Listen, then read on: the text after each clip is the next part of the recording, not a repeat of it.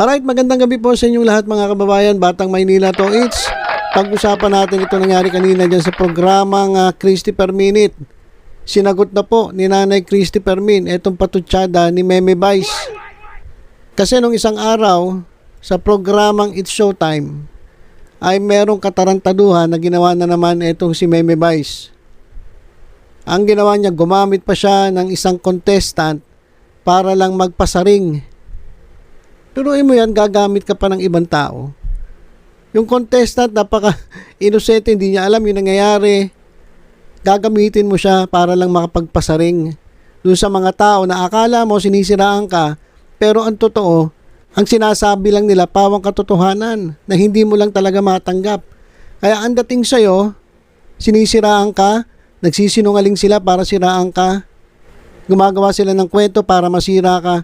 Yun yung dating sa'yo. Kasi ayaw mong tanggapin yung katotohanan.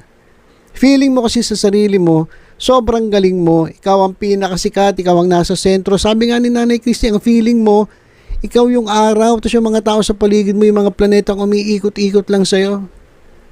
So sabi ni Nanay Christy, Meme Vice, hindi ka araw. Isa ka rin planeta na kaparehas namin na umiikot-ikot lang sa araw. Sobrang taas kasi natingin mo sa sarili mo at grabe grabe. Pati yung contestant na walang kaalam-alam, ginamit mo para pasaringan etong si Nanay Christy Permin. Etong inyong programa, noon time show na It's Showtime, na ginawa para makapagbigay saya sa mga Pilipino, makapagbigay saya sa inyong mga fans ng It's Showtime, mga kabataan, mga magulang na gustong makapanood lang ng magandang show. Kaya nga nandyan yung It's Showtime, di ba? Every time magsisimula kayo, sinisigaw nyo, what's up madlang people? So ginawa kasi ang It's Showtime para sa madlang people. Tapos yung gagawin mo, gagamitin mo yung inyong programa, It's Showtime, gagamitin mo para makapagpasaring doon sa akala mo naninira sa'yo. Wherein hindi naman talaga sila naninira.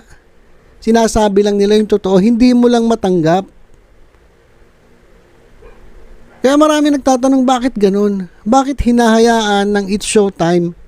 Bakit hinahayaan ng ABS-CBN itong si Visceral, itong si Meme Vice na gamitin yung programa para sa sariling interest? Sariling interest niya na yung yung siniserve niya Binabanatan niya yung mga kakala niya bumabanat sa kanya. Pero mo yung contestant tatanungin mo kasi pag pangalang Christy, nakaisip agad siya Mabilis mag-isip to it's Ito babanatan ko nga itong si Christy Permin. Lumabas yung contestant, Christy! Tapos sabi nung contestant, dito nga si Christy, hello madlang people, mabuhay. Sabi niya sabi ni Meme Vice, kamusta ka na Christy? Ano pinagkakaabalahan mo ngayon maliban sa paggawa ng kasinungalingan? Nagulat tuloy yung contestant. Hindi niya alam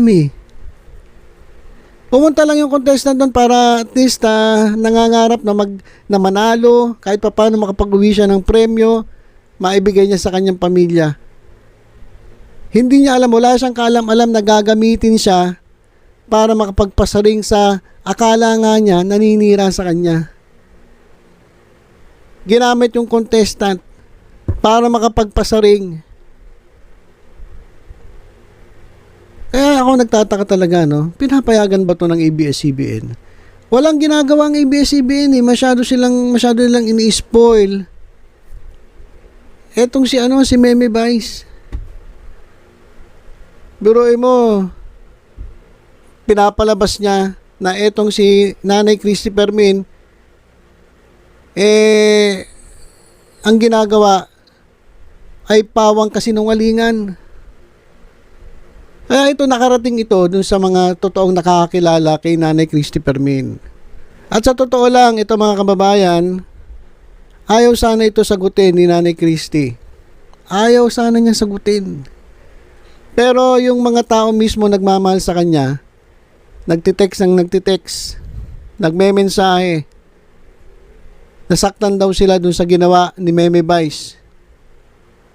At dapat daw hindi pinalalampas yung ganitong mga klaseng ginagawa ng mga taong sobrang taas ang tingin sa sarili, sobrang yabang.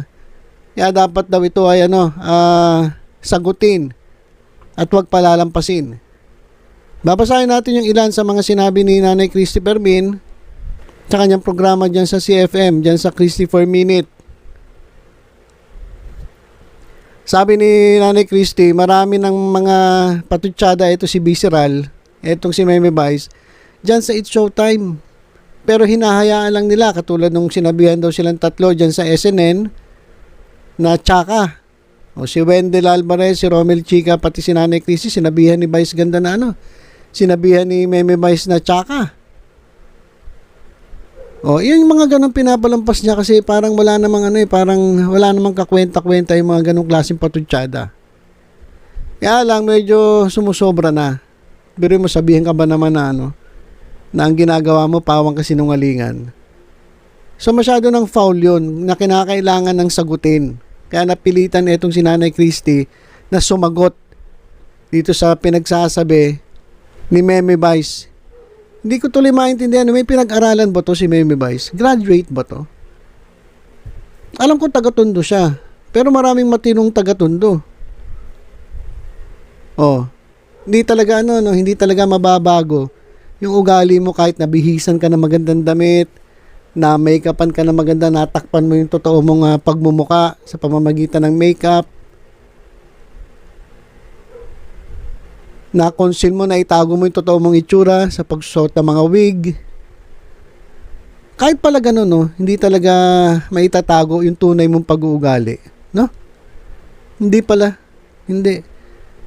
Kahit balutin ka pa ng ginto, kung bulok na yung loob, mangangamoy at mangangamoy.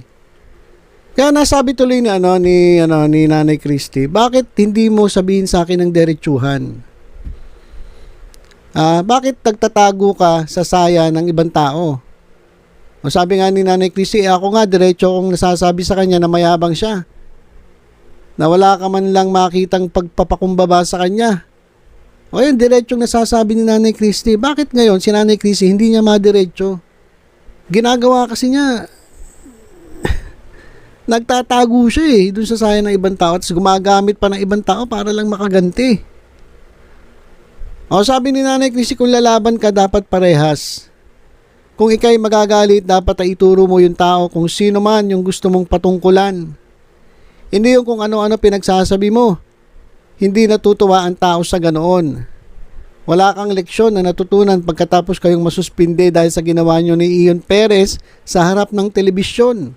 Sa gitna ng mga batang musmos. Ano ang pagsisinungaling doon?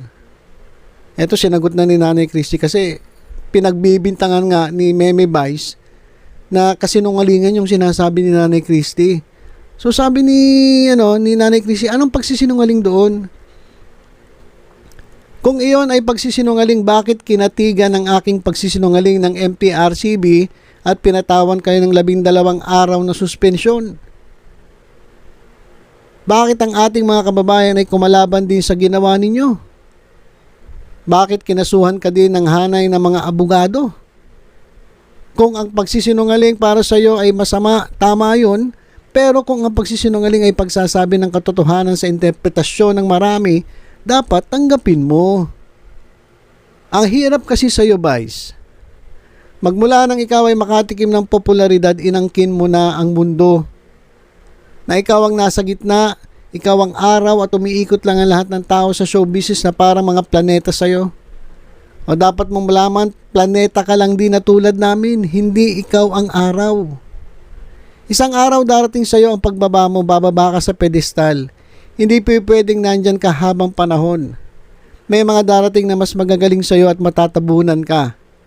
Actually, dun nga sa kanilang yung pasikatan ba yon? Yung meron silang iba't ibang grupo, nagsushowcase sila ng kanilang talento, ng kanilang galing. Sa pag-arte, sa pagsasayaw, sa skit, sa pagkanta. O, nagkaroon ng nagkaroon ng contest sila. 5 grupo. Etong si Vice Ganda yung grupo niya. Ano nangyari? Hindi nanalo. Nanalo consolation prize kasi lahat ng talo binigyan ng consolation prize. Pero ang nanalo yung grupo ni ni Jong Hilario. Nag-second ata yung grupo ni kanino bang grupo yun? Basta pangatlo yung grupo ni ni Bong Navarro. So, pagdating sa talento, wala na. Pababa na. Hindi na bumibilib yung mga tao, kahit yung mga nanonood ng Showtime, hindi na bumibilib dito sa talento. Siguro ang nakikita na lang nila ay yung mga comedy bar jokes ni Bisiral o ni Meme Vice.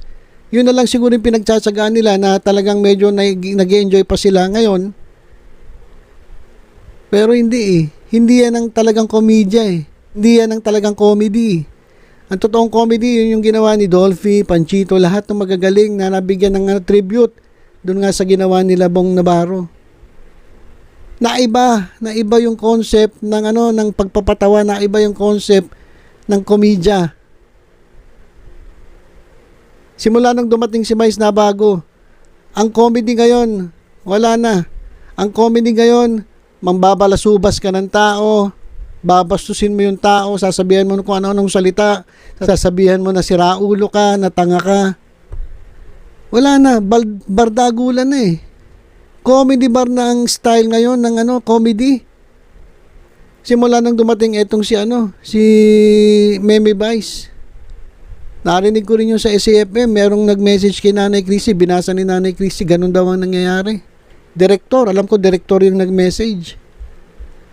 So hindi ka na sikat katulad nung dati, pababa ka na.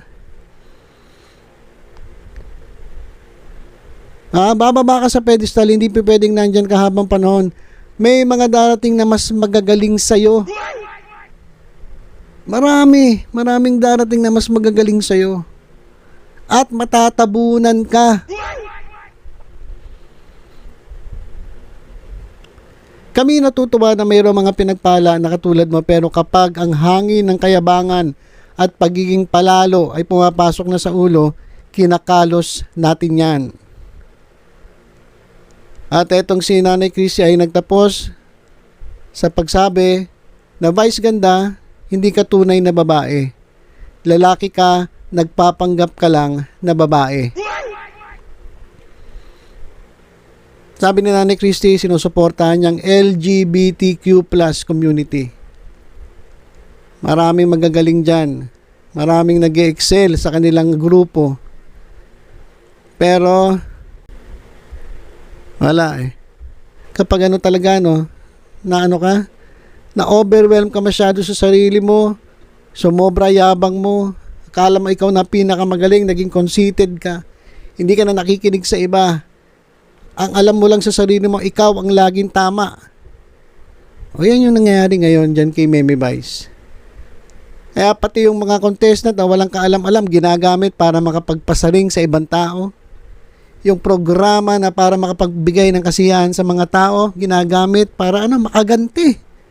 Doon sa mga taong akala niya naninira sa kanya, pero ang totoo, hindi Dapat nga, yung mga kritisismo sa kanya, ginagamit niya para at least ma-develop at mas mabago niya yung kanyang sarili. Pero wala Hindi siya marunong makinig. Basta sa kanya, siya lang ang pinakamagaling at wala nang iba. Hindi na siya makikinig sa iba. Basta ako ang pinakamagaling, yun lang gagawin gusto niyang mangyari. Kaya durog na durog. Durog na durog itong si Meme Vice diyan sa sagot ni Nanay Christy Permin.